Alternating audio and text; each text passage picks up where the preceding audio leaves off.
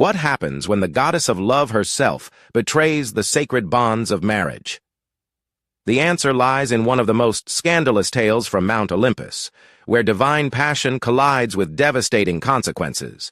In ancient Greece, the gods weren't distant, perfect beings. They were mirrors of humanity's deepest desires and darkest flaws, magnified to cosmic proportions. The Greeks understood that even immortals could be consumed by lust, jealousy, and revenge. This wisdom shaped their stories, none more captivating than the forbidden affair that shook the very foundations of Olympus. Our tale begins with three of the most powerful Olympian deities, each embodying fundamental forces of human experience. Aphrodite, born from sea foam and divine blood, commanded love, beauty, and desire. Her very presence could ignite passion in mortal hearts and immortal souls alike. She wore beauty like armor and wielded charm as her weapon, making her perhaps the most influential goddess on Mount Olympus. Ares, the god of war, represented raw masculine power and brutal conflict. Unlike his strategic sister Athena, Ares embodied war's chaotic, bloodthirsty nature.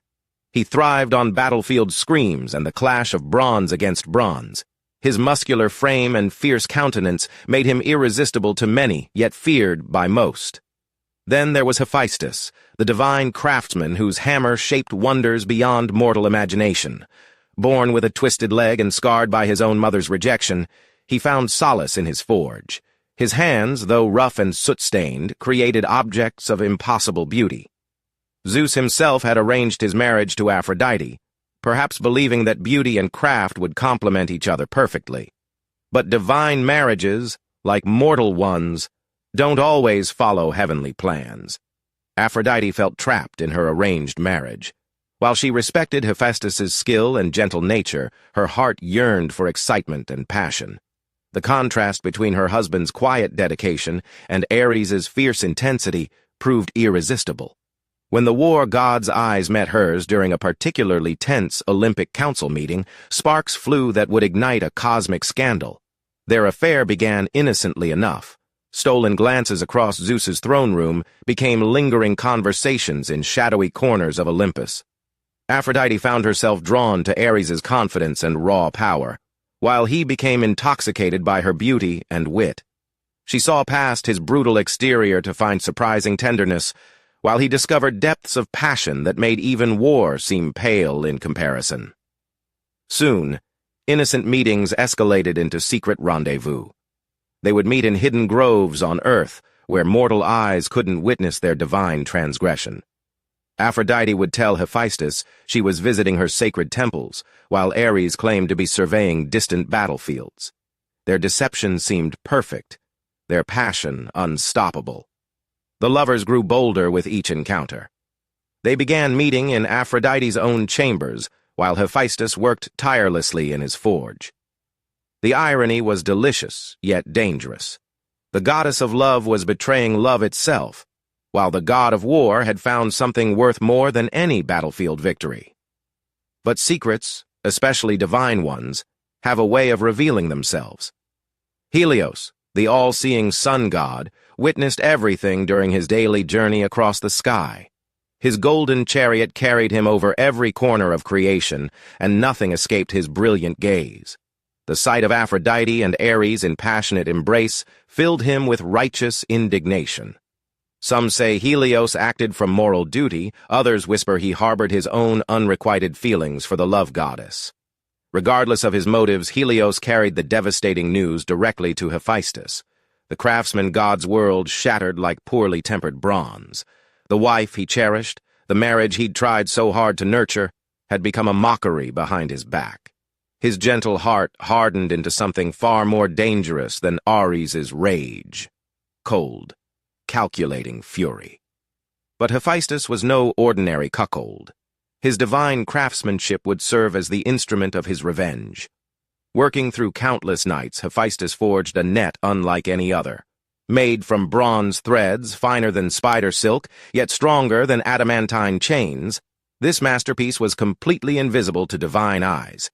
Each strand pulsed with his anger and humiliation, woven together by supernatural skill and burning desire for justice. The trap was set with meticulous precision. Hephaestus announced a journey to his sacred island of Lemnos, where his devoted followers awaited their god's blessing. He kissed Aphrodite goodbye, his scarred face revealing nothing of his true intentions. To her, it seemed like any other of his routine departures. Predictably, Ares arrived within hours of Hephaestus's supposed departure. The lovers fell into each other's arms with renewed passion, believing themselves safe in the marriage bed itself. But as they reached the height of their embrace, invisible bronze threads tightened around them like a supernatural spider web. The net contracted with divine precision, binding the naked lovers together in an impossibly compromising position. They couldn't move, couldn't escape, couldn't even cover themselves. Ares' strength meant nothing against Hephaestus's craftsmanship, while Aphrodite's powers of persuasion fell on deaf ears. There was no one present to charm. Then Hephaestus returned, but not alone. He had summoned every male god on Mount Olympus to witness his wife's shame. Zeus, Poseidon, Apollo, Hermes, all the great powers of heaven crowded into the bedchamber to see the love goddess and war god trapped like common adulterers. The scene was both tragic and absurdly comic, divine dignity reduced to bedroom farce. The assembled gods reacted with a mixture of shock, amusement, and barely concealed envy. Some laughed at the ridiculous sight, others whispered among themselves about the scandal's implications.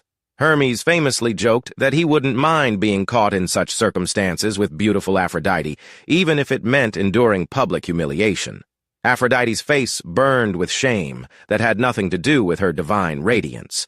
The goddess who commanded respect and desire across the cosmos had been reduced to an object of mockery. Her carefully maintained dignity crumbled before the jeering crowd of her peers. Ares, meanwhile, discovered that all his battlefield courage meant nothing in the face of such complete humiliation. The god who faced armies without flinching now wished for the earth to swallow him whole.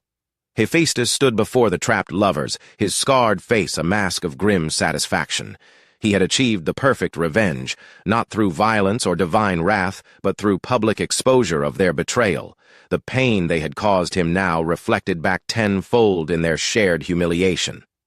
Finally, Poseidon intervened, urging his nephew to show mercy. The sea god argued that the lovers had learned their lesson and that further punishment would be excessive. He even offered to guarantee compensation for Hephaestus's wounded honor, though what price could be placed on a god's dignity? Reluctantly, Hephaestus released the net. Ares immediately fled to Thrace, his sacred land, where he could nurse his wounded pride in private. Aphrodite escaped to Cyprus, her own sanctuary, where devoted followers helped restore her divine composure. But the damage was done. Their affair had become Olympic legend. The consequences rippled far beyond personal embarrassment. Aphrodite's marriage to Hephaestus never recovered, though they remained technically wed. She learned to be more discreet in her future affairs, while he retreated even further into his craft. Ares, meanwhile, became more cautious about his romantic pursuits, though his passion for beautiful goddesses never truly diminished. This scandalous tale reveals profound truths about love, desire, and human nature. Even gods, with all their power and immortality, cannot escape the consequences of betrayal. The story shows us that passion without consideration for others leads to destruction, while the desire for revenge can consume even the gentlest hearts. The myth also explores the tension between arranged duty and genuine desire. Aphrodite's marriage represented social obligation rather than personal choice, a situation that resonated deeply with ancient Greek audiences who often faced similar circumstances. Perhaps most importantly, the story demonstrates that actions have consequences, regardless of one's status or power. Divine or mortal, we all must face the results of our choices. This tale has inspired countless works of art, from ancient pottery depicting the trapped lovers to Renaissance paintings celebrating divine beauty and folly. Modern literature continues to draw upon these themes of forbidden love, betrayal, and revenge. The affair of Aphrodite and Ares reminds us that even in our most passionate moments, we remain accountable to those we've promised to love and honor. It's a timeless lesson wrapped in divine drama, as relevant today as it was 3,000 years ago in ancient Greece.